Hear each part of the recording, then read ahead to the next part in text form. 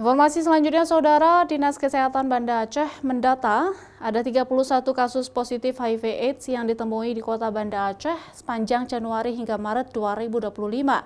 Kasus itu kebanyakan disebabkan adanya hubungan penyimpangan seksual antar sesama jenis hingga penularan yang berdampak pada ibu hamil dan anak.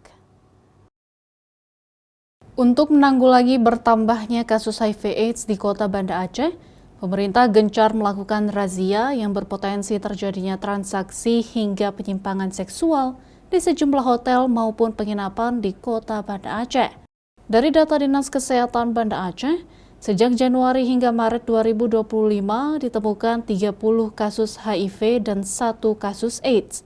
Sementara total kasus dari 2008 hingga sekarang terdapat 553 kasus.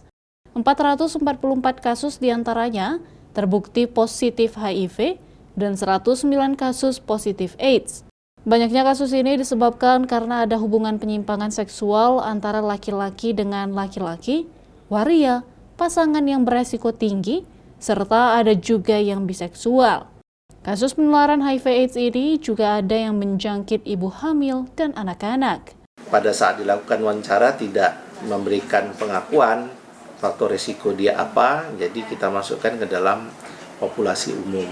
Nah, begitu dilakukan pendalaman, ya ada yang karena hubungan penyimpangan seks ataupun dengan pasangannya.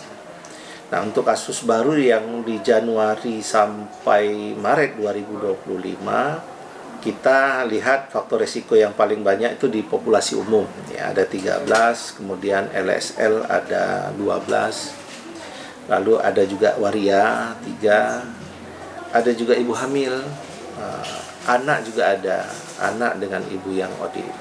Saat ini Dinas Kesehatan Kota Banda Aceh melalui Puskesmas melakukan pendampingan dengan memberikan obat kepada penderita, konseling, serta penderita HIV/AIDS diminta untuk tidak melakukan aktivitas seksual yang beresiko terjadinya penularan.